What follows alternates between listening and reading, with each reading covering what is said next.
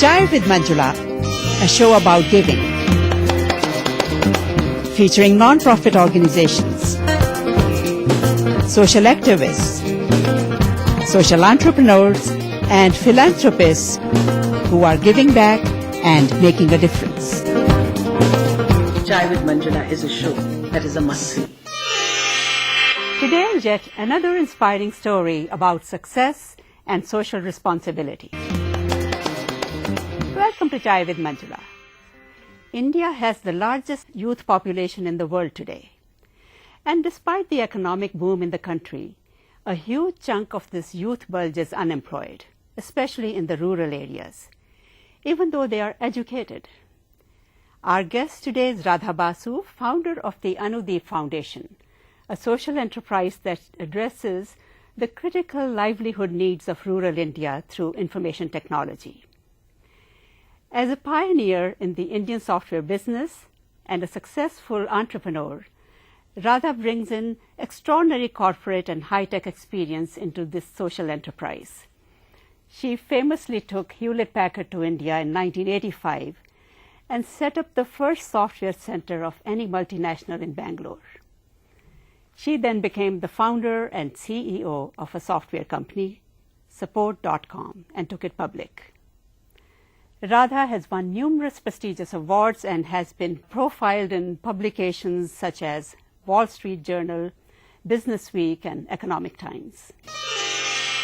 Radha, welcome to Chai with Manjula.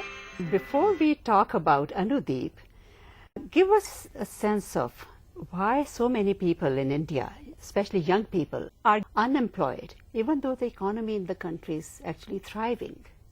What's the reason? You know, everybody around the world hears about shining India and the wealth that has been created in the metros, bringing with the IT revolution. But there are 93 million unemployed youth. That's a large number. Many of them in rural India. Unemployed, educated youth. And by educated, I mean 12th standard education. So it's one thing to be unemployed, but when you're educated and unemployed, it's even worse, and this leads to insurgency and things like that.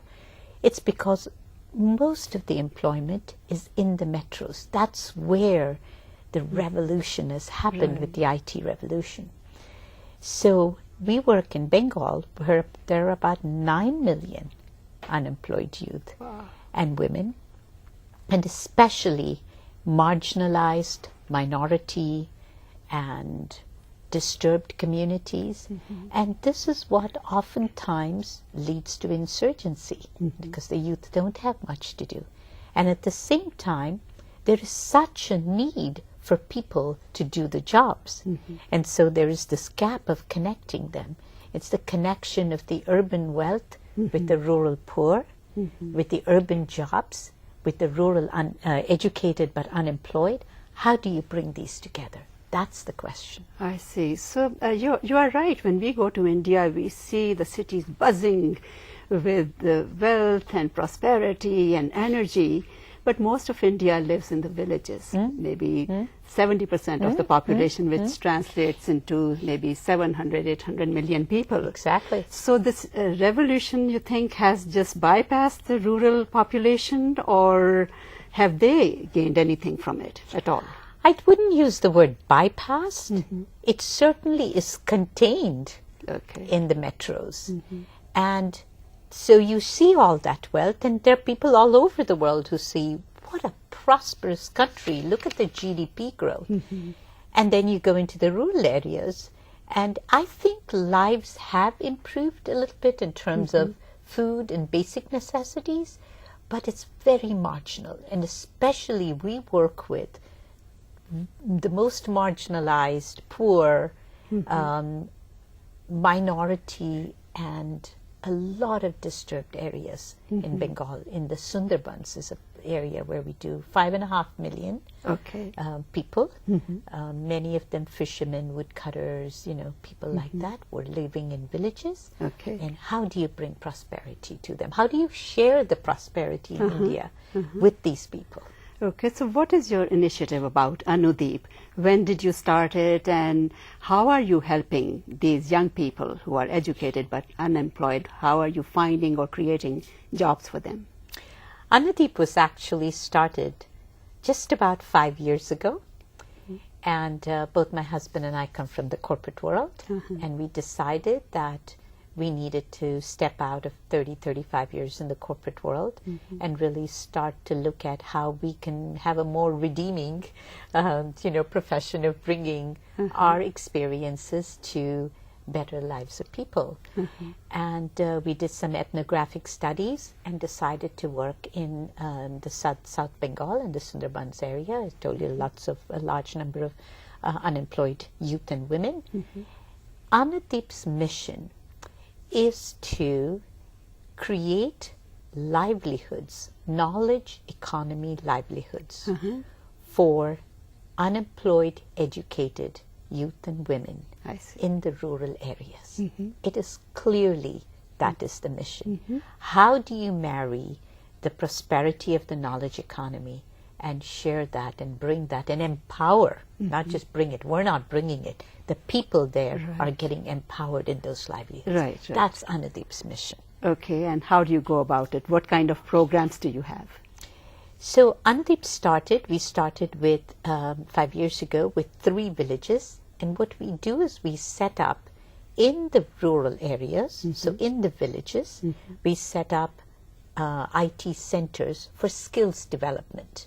A key, unique, I would say, difference is that in those centers we work with community NGOs. So it could be a women's domestic violence NGO, it could be a trafficking NGO, it could be a skills development NGO. But these are community, and why do we need that? We could set it up ourselves because it builds trust and access into the rural community.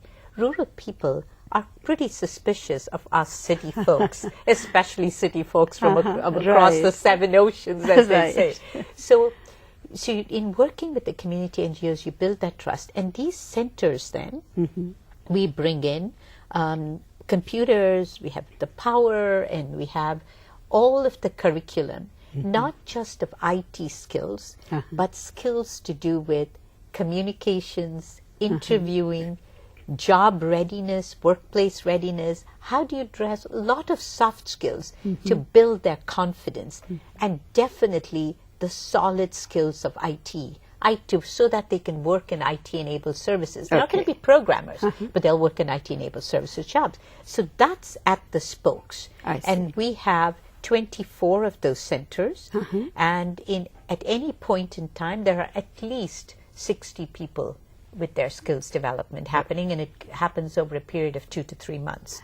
Can you describe some of the skills that you're teaching there? Yes, definitely. So besides the personality development skills of English workplace, every day there's English. Every day they have to read a newspaper article and bring in and talk about it.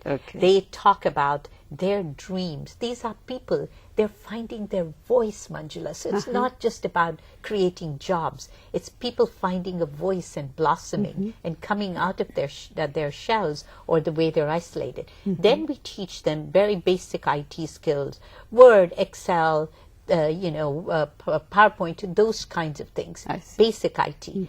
Then we take them into job readiness. How can you work as a retail person in a big bazaar?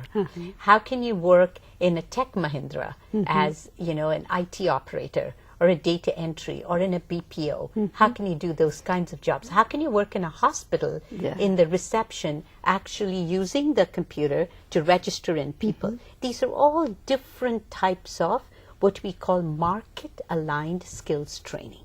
Wow. It's a very great approach that was actually working with AIF, the American India Foundation. They came up with this whole approach, and we actually do market scans to find out what jobs the employers have, work very closely with them. So as these people get skilled, then we actually bring in employers to talk to them about their workplace. As an example, these people have never seen a multi-storied building. Wow. They go in for an interview and they see these stories. And I was actually there among the first interviewees in the first year. They were like, Didi, I'm not going into this building. There's something above me. I'm not going in. And you laugh, but then you realize how different their lives It's are. a big leap for them. Seeing glass doors. Right. We show them pictures of open and shut. And then we ran into a problem where they didn't know doors open this way, that you step up. Okay. There are those kinds. So now we actually take them for a day into a workplace. Give them an and orientation. Give them an orientation. Employers now have started coming to them because we have now trained over 6,000 people, and more than 70% have been placed in livelihoods with at least 3 times the salary or just even having jobs that they had before. Oftentimes 3 times the income earned by the whole family. So there's the market aligned skills training. So there's a mobilization with the community, market aligned skills training. The next piece is working with the employers. Okay. And so our graduates end up with employers. A small subset of them, 10 to 15%, we work with, we see the spark of entrepreneurship, like you do in Silicon Valley, okay? Right, Except it's in the Sundarbans region. And we work with them to become micro-entrepreneurs. So we do an entrepreneurship development workshop after the markets training. We help incubate them. In fact, we have an interesting program called Adopt an Entrepreneur for $1,000 or 50,000 rupees. Okay. So incubate and adopt an entrepreneur. Wonderful and we idea. help to incubate them. And you'd be amazed at the kinds of people. We have people, about 30, 40 people from the Stanford Executive Program, the class I went to, who are supporting, who've incubated 40 enterprises. And there are people, individuals like you and me, who are incubating entrepreneurs. Yeah, that can turn somebody's life around. And entrepreneurs then further employ another 10 people. Exactly. So, yeah, that's yes. a It ripple turns effect. their lives, their villages, their communities, not just their own families, but their communities. So I'll give you an example. Oftentimes these entrepreneurs are the first of any kind of knowledge economy, digital skills in that in the set of villages, in maybe 20, 30 villages. They'll open up a little shop and they'll have a computer, digital camera, laser printer. This is the way it's incubated. We'll help them to understand what a rental is, a lease is. How do you set up what is earnings and expenses, revenues, and very basic skills. And taxes also. Yes, and how do you register? How do you find out what's the competition? How do you look at the market? What do you start? And what are the products? How do you put them up? We'll see signs as we drive through these areas. It's exciting to see sadhana or digital graphics, password, in collaboration with Anudip Foundation. It's so great to see that. Yeah. But I'll tell you the things they've started. Oftentimes it's the first place where a woman can come in and get a picture taken for her voter ID card. So we've introduced, or India has introduced, voter ID cards all through the nation. But it's also disenfranchised a lot of people, especially Muslim women, who can't just walk in anywhere, take out their burqas, and get the picture taken when a man's taking the picture. So women start these centers. So do you actually, sorry for interrupting, do you also have a special focus on women's training? Absolutely. Okay. Women change communities, as you well know. And so we have not only, so it's not just youth, unemployed youth, but with a special focus on women. I'll give you one example. There is a community called Métier Bruce. This is where 1857 Sepoy Mutiny, the Nawab of Oudh was exiled by the British with about 55,000 people. It's now a community of 700,000 people. The women in this community, we set up the first skills development center in this community with Muslim women. And I'll give you one amazing fact. When you see them when they come in, and 3 months later, it is not skills development. It's a transformation of themselves. That particular community, the women weren't allowed to go out of the community to work. So Anudip brought projects to them. So it's a very holistic approach. Yes. And you so also have your own IT centers. That IT center, exactly what I was leading to. That IT center, it's an IT project center. They do projects with customers in San Francisco, in England, in Detroit, I see. in many parts of the U.S., and they are doing online projects. So they say, we can't go out to see the world. Didi, you've brought the world to us. And that, to me, more than anything else, financial and economic empowerment, which is very important. Okay. That statement brings the most. This is wonderful, a very holistic approach. You are first giving them training, and that also market aligned, Yes. which is important, so they don't have to leave their villages. And then you are either finding them jobs or creating jobs for them, giving them training to be business people.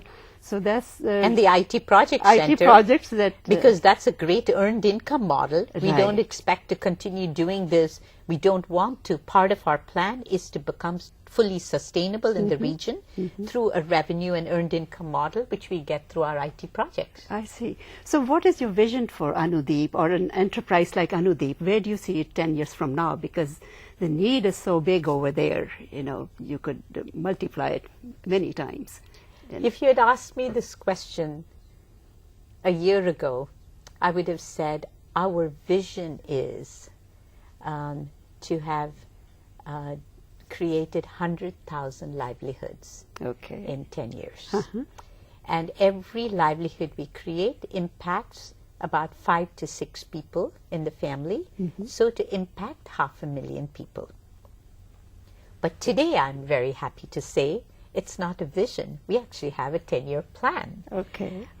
We have financials that go and a whole strategic approach of where the centers would be in year 1, year 2, year 3. What employers do we work with? How do we make corporate agreements? How many entrepreneurs do we work with them as a franchisee to actually do basic training in the villages? So they do that. So we have a plan of how do we exceed 100,000. So what was a vision, really a vision, and then became a mission of 100,000. In fact, the very first slide that Deepak and I created, because my husband and I do this together, and he was actually the first entrepreneur who started this. It was a vision. It was said 100,000 people.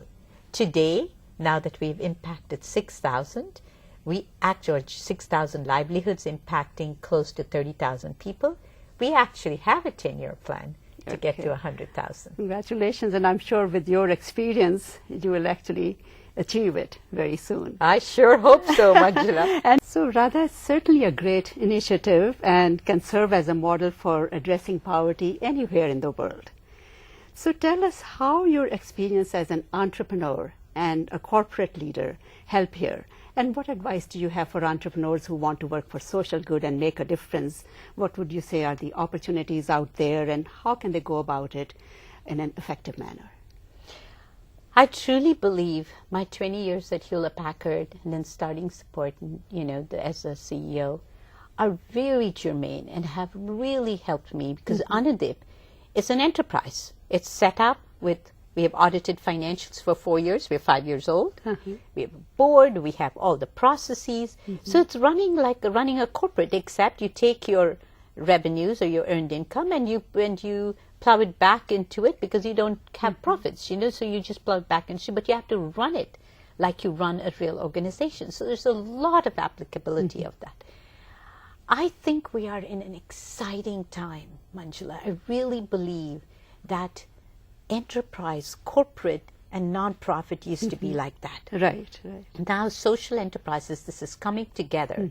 And I think anybody in corporate, and look at the technologies, right? Technology benefiting humanity, renewable energy, mobile, all of these are changing the rural populations. And so people, and online, having access to the internet, mobile is transforming rural India where we work. That's true. So people are leapfrogging landline and going to mobile, leapfrogging grid power and going to renewable energy. And so this is a time when you can be an entrepreneur, a corporate person, and work on social benefit. So it really is coming together. I don't even see many times anymore that these are so different as I see these social enterprises and the running social businesses as you would do an organization, a corporate business. Okay. So it's not advice, I would say go for it. Go for the social benefit organizations. It's one of the most exciting areas to be in. I teach engineering for the developing world and social entrepreneurship. And there are the brightest people. You go to the business schools, the brightest students are going to social entrepreneurship. So I think it's very exciting. And I think a passion like you have probably is a big plus for the success of an enterprise, right?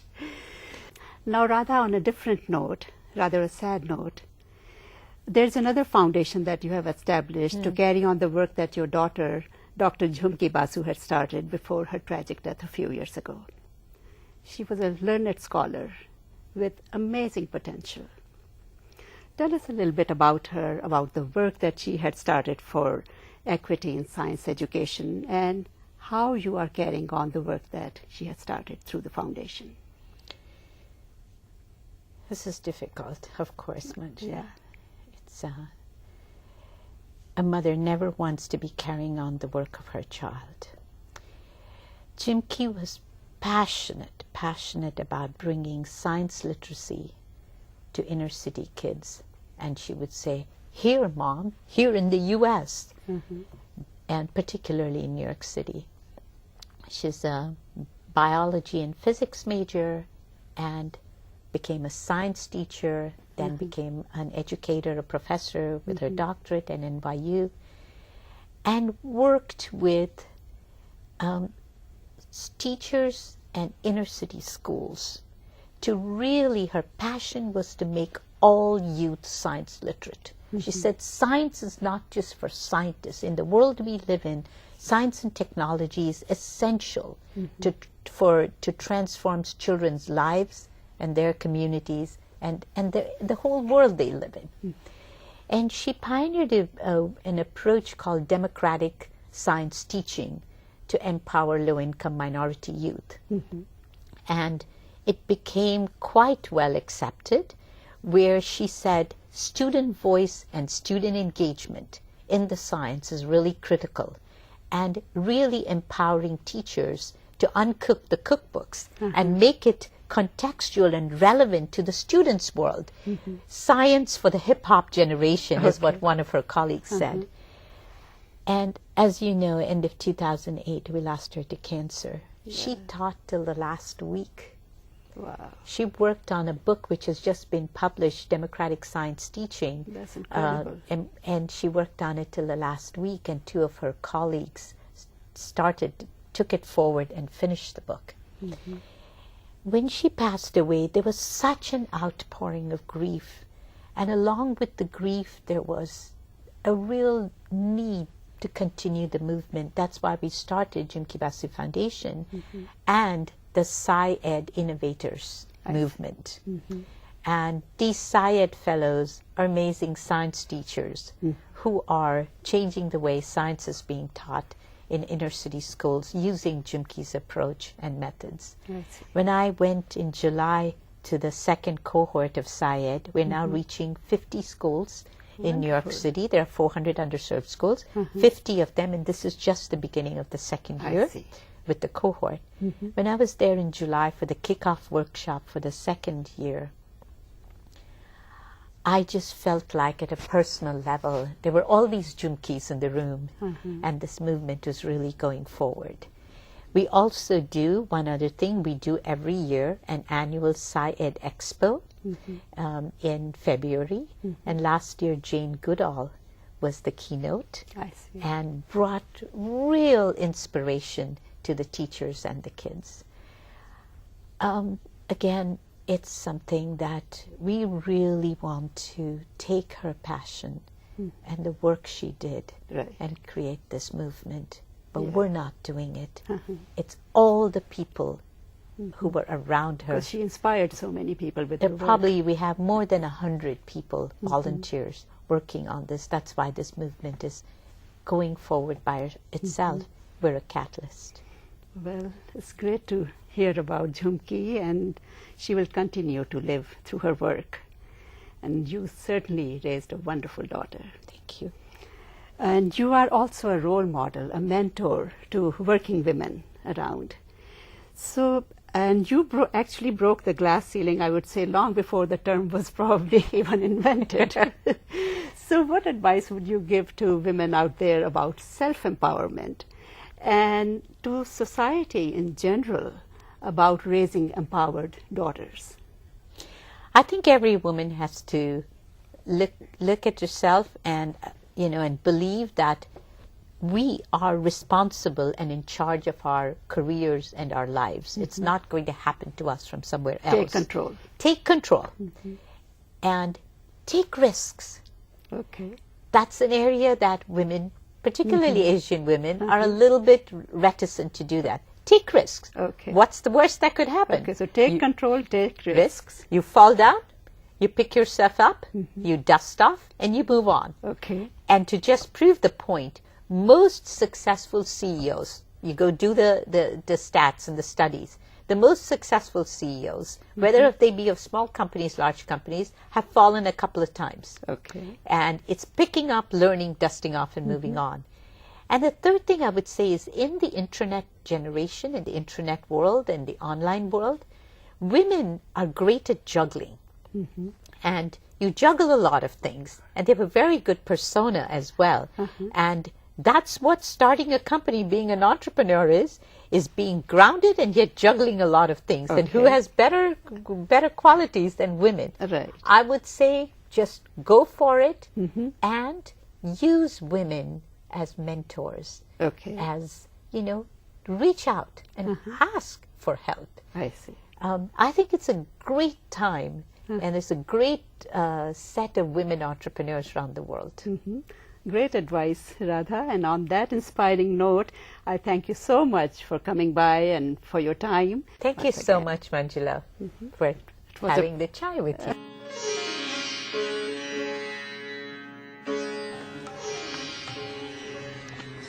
As a eldest son of his, and I have some responsibility of my family. And now I am the main source of my family earning.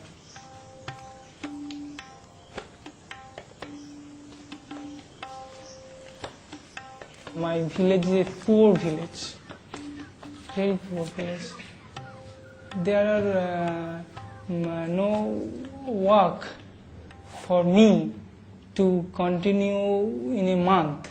For this I joined Anudip, because here we work full a month.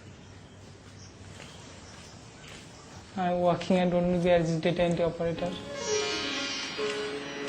Our guest was Radha Basu. To learn more about Anudip and Jhumki Basu Foundation, go to anudip.org and jhumkibasu.org. And to watch this show again, go to chaiwithmanjula.org or YouTube. Thank you all for joining us. I'll be back with another inspiring story about giving and people making a difference. For Chai with Manjula, I'm Manjula Gupta. See you next time.